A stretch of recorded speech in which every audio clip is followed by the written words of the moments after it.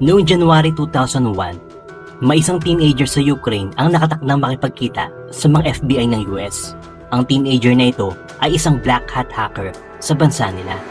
Ang balak niya kasi ay makipag-ugnayan siya sa FBI para magamit ng mga ito ang computer hacking skills niya, kapalit na magandang trabaho at sweldo na ibibigay ng FBI bilang isang security expert.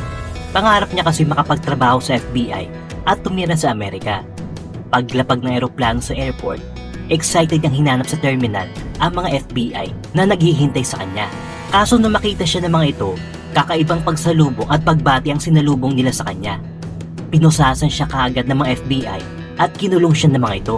Pakiramdam niya na isahan at niloko siya ng mga FBI. Sino ba ang teenager na ito? At ano ba ang ginawa niyang krimen? Kilalanin natin ang teenager na hacker na si Maxim Popov na naging matinding armas na FBI. Yan ang alamin natin. At kung bago ka pa lamang sa channel na ito, ay pakipindot mo muna ang subscribe button at pakipindot mo na rin ang bell icon para lagi kang ma-notify sa mga bago kong uploads na video. Ipinanganak si Maxim Popov sa Zhytomyr, Ukraine. Ang lugar na ito ay laganap ang kahirapan at kriminalidad. Noong elementary pa lang siya, pinag-aralan niya na agad ang technical basics ng computer, gamit ng computer sa school nila. Noong mga panahon na yon, Boys 1 pa lang ang ginagamit nila computer. Noong 15 years old na siya, binilan siya ng tatay niya ng personal computer at modem. Dito na nabuhay ang pagkumahalin niya sa mga computers at hacking. Ang pangarap niya kasi ay maging magaling na black hat hacker at kumita ng malaking pera. Na-impluwensyahan siya kasi ng movie ni Angelina Jolie na may pamagat na hacker noong 1995. Ilang beses niya itong paulit-ulit na pinapanood. Noong nag-umpisa na siya sa hacking, madami siya nakilalang Russian hacker sa internet. Noong panahon kasi na ito, at ito ay 90s, ito ang panahon na papausbong na ang internet.com. Madaming mga Russian hackers ang nangahack at nagnanakaw ng mga credit cards sa mga American e-commerce websites. Si Maxim Popov naman, dahil may talent at skill siya sa pakikipag-usap at pagmamanipulate ng mga tao, kahit kasi Ukrainian siya, fluent siya magsalita ng English. Siya ang kakausap sa mga American cellphone retailers sa Amerika. Tapos ipapa-cash out niya ang mga credit card papunta sa account niya. Instant money nga naman ang ginagawa niya. Ginawa niya ito sa loob ng 1 taon. Kumita siya ng malaki sa ganitong gawain. Pero nung matuklasan ng mga credit cards company na dumadami ng hacking sa bandang Eastern Europe, pinanda ng credit cards company ang lugar na ito. Kaya hindi na din kumita si Popov sa ganitong gawain. Nung mga oras na yon, nalaman ng mga local gangsters ang pinaggagawang hacking ni Maxim Popov. Kaya pinuntahan siya ng mga ito sa apartment niya para kikilan siya ng pera. Walang nagawa si Maxim at binigyan niya ito ng pera. Umuupa na kasi siya ng apartment at wala na siya sa poder ng mga magulang niya. Naging kaibigan niya din ng mga gangsters na ito at tinuruan din sila sa hacking. Bumuo sila ng grupo nila para mang-hack ng mga company. Ang sistema nila ay ganito.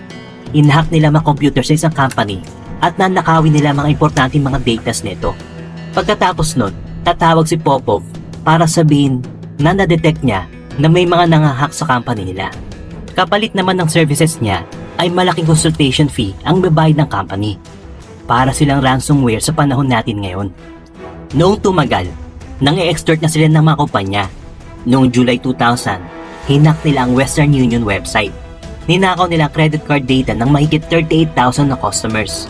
Nakuha din nila ang mga pangalan ng customers, mga passwords, mga address at credit card numbers nila.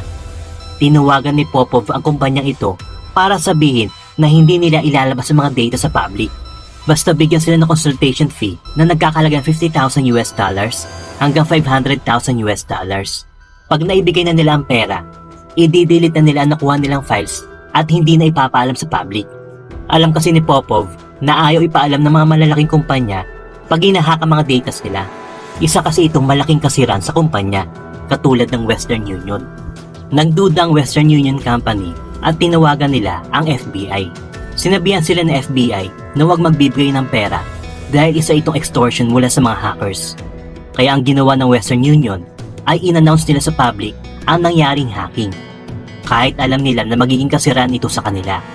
Kasi pag nagbigay sila ng pera, alam nila na maulit lang ito sa ibang malalaking kumpanya.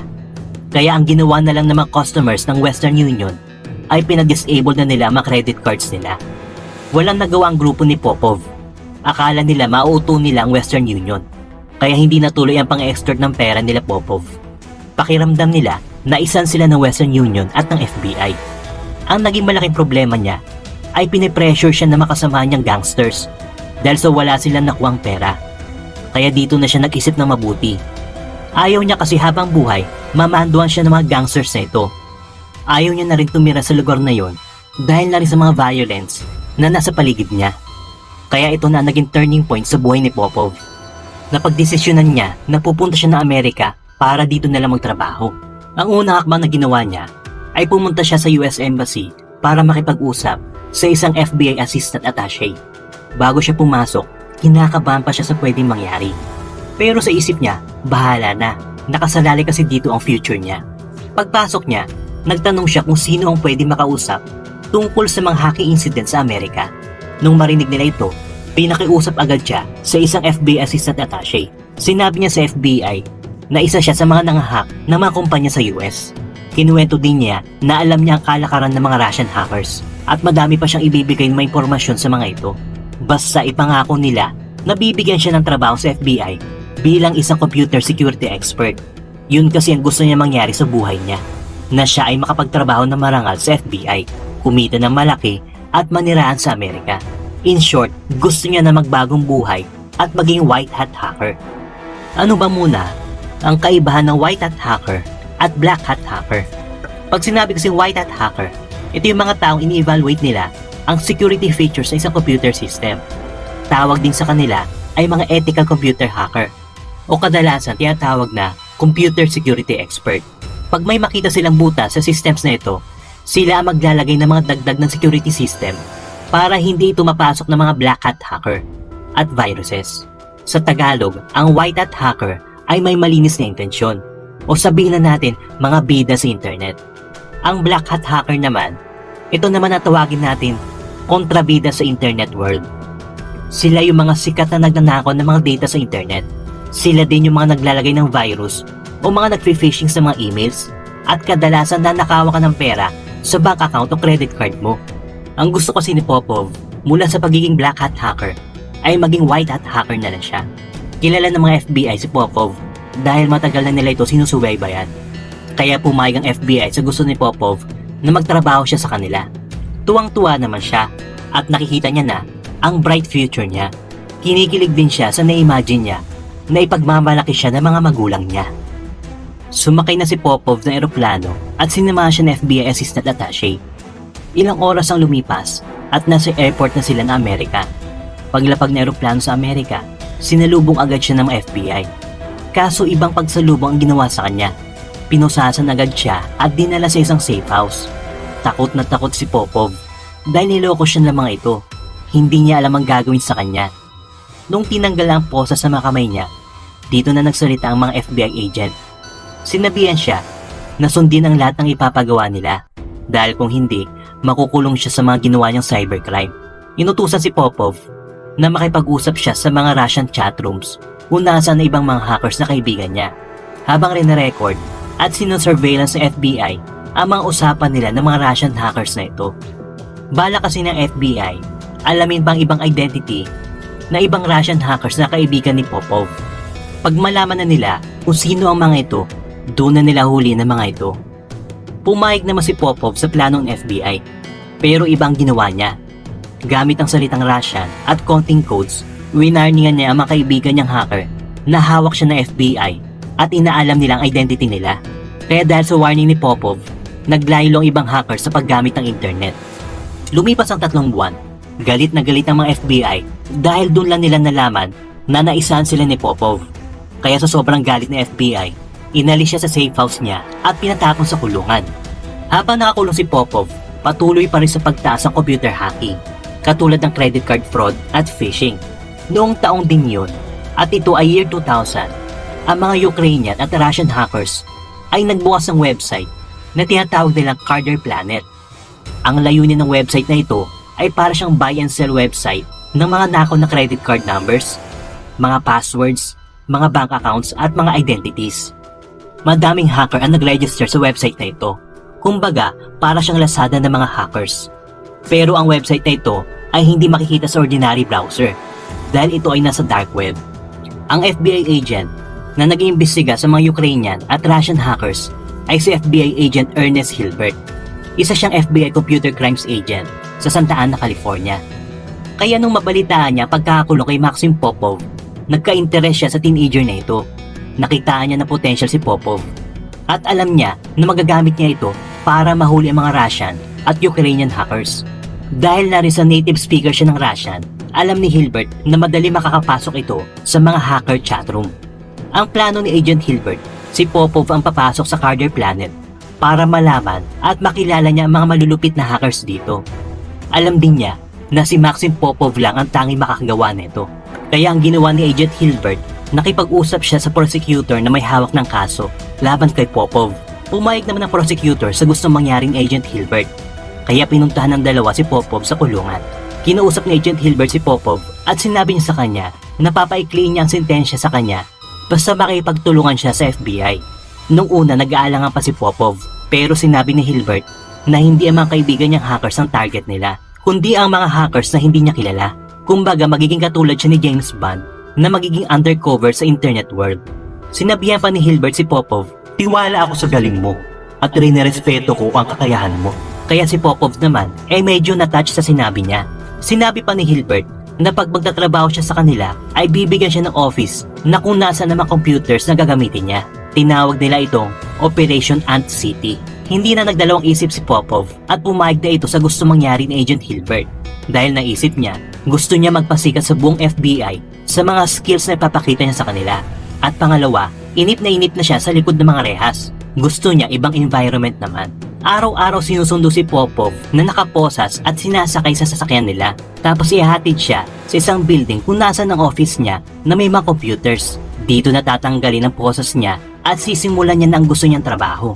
Tuwang-tuwa naman si Popov sa naging setup nila dahil ito naman talagang gusto niyang gawin. Ang unang ginawa niya ay iniba niya ang identity niya at gumamit na ibang pangalan na may alias na Dennis Spinhouse. Nag-post na agad siya sa Carter Planet na kunwari naghahanap ng mga nakaw na credit cards. Nagpanggap siya na isang bigating Ukrainian scammer na hayok sa mga nakaw na credit cards. Ang una niyang target ay may codename na Script. Kinausap niya si Script at sinabihan ito na bibilhin niya ang binibentang nakaw na credit cards sa halagang $400. Pumayag naman si Script at nakipag-deal siya dito. Inutusan niya si Script na ipadala ang mga files sa California. Hindi alam ni Script na pain lang ito sa kanya. Dahil pag pinadala ni Script sa US, ang mga files ng nakaw na credit card ay makakagawa siya ng federal crime sa US jurisdiction. At ganun nga ang nangyari. Nung dumating sa California, ang ipinadala ni Script, nakipag-ugnayan agad ang FBI sa mga Ukrainian police para huliin si Script. Hinuli agad nila ang lalaking ito at nakulong ng ilang taon. Ang sunod naman na target nila ay yung mga hackers na hinak ang 8 million credit cards ng DPI o Data Processing International. Naghanap ng lead si Popov sa Carter Planet. Baka may makuha siyang clue kung sino ang nakakalam sa naganap na hacking. Hanggang isang araw, may nakausap siyang 21 years old na Russian student na may codename na RES. Sabi ni RES, nakilala niya ang 3 hacker na responsable sa naganap na hacking sa DPI. Sinabi pa niya na handa siyang kausapin ng mga ito para makipag-negotiate kung may gustong bumili ng mga nakaw na credit card. Kaya kinuha ni Popov ang loob ni RES. Dito niya na inoferan si RES na bibilihin niya ang 8 milyong credit cards sa halagang $200,000. O sa pera natin ay 10 million pesos. Kaya nagulat si RES at hindi siya naniwala na may ganitong pera si Popov. Kaya ang ginawa nila Agent Hilbert para mapaniwala si RES, pumunta sila sa bangko at nakipag-usap sa mga officers dito. Pumayag naman ang bangko sa gusto ng FBI. Habang nasa likod ng office sila Popov at mga FBI, inilabas ng mga bank officers ang $200,000. Si Popov naman ay nakaharap sa isang kamera at nakalatag sa harap niya ang $200,000. Dito na siya nagpanggap na kunwari sa kanya ang pera. Nagsalita siya sa harap ng kamera. "RES, tingnan mo, andito ang pera ko. Hindi ka pa ba naniniwala na mayaman ako?" Nang mapanood ito ni RES, naniwala siya kagad kay Popov. Nagtanong si RES kung paano siya nakaipon ng malaking pera. Sinabi ni Popov na may magandang trabaho siya. Ang company na yon ay ang Hermes Plus. Alam na alam ni Popov na gusto ng mga Russian hackers na magkaroon ng magandang trabaho. Kaya hindi kahit niya si RES na mag-apply sa website ng Hermes Plus. Tuwang-tuwa naman si RES sa sinabi ni Popov. Kaya nag-apply siya sa website at sinend niya ang mga resume niya, pati mga personal ID niya. Ang hindi alam ni RES, ang website na yon ay gawa-gawa lang ni Popov at Agent Hilbert. Kaya nung sinend ni RES ang resume at mga ID niya, doon nila nakilala ang tunay na pagkatao nito. Kaya nakipag-coordinate agad sila sa Russia para huliin ang lalaking ito. Na-retrieve nila ang 8 million credit cards at naging successful ang operation. Paulit-ulit nila ginawa ang ganitong strategy hanggang sa madami na silang nahuli mga hackers. 700 companies ang naligtas nila mula sa mga Eastern European hackers. Naging magkaibigan si Agent Hilbert at Maxim Popov. Isang beses noong Thanksgiving Day, imbis na mag-celebrate si Hilbert sa pamilya niya, pinunta niya si Popov sa selda.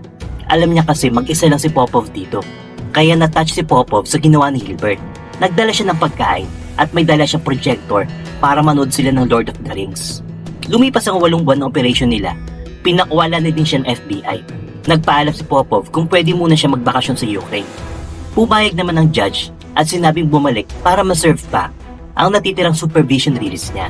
Hinatid pa ni Agent Hilbert si Popov sa airport at nagpaalam sa kanya dahil alam niya na hindi na sila makikita kailanman. Nung bumalik si Popov sa Ukraine, bumalik na naman siya sa pagiging Black Hat hacker.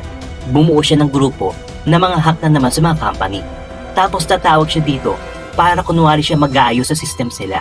Para mapaniwala ang company na legit si Popov, sasabihan ni Popov ang mga company, tawagan niyo ang kaibigan kong nakakilala sa akin na si Agent Hilbert ng FBI. Siya ang magpapatotoo na legit ako.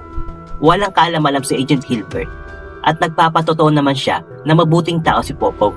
Ang hindi niya alam, ginagamit lang siya ni Popov.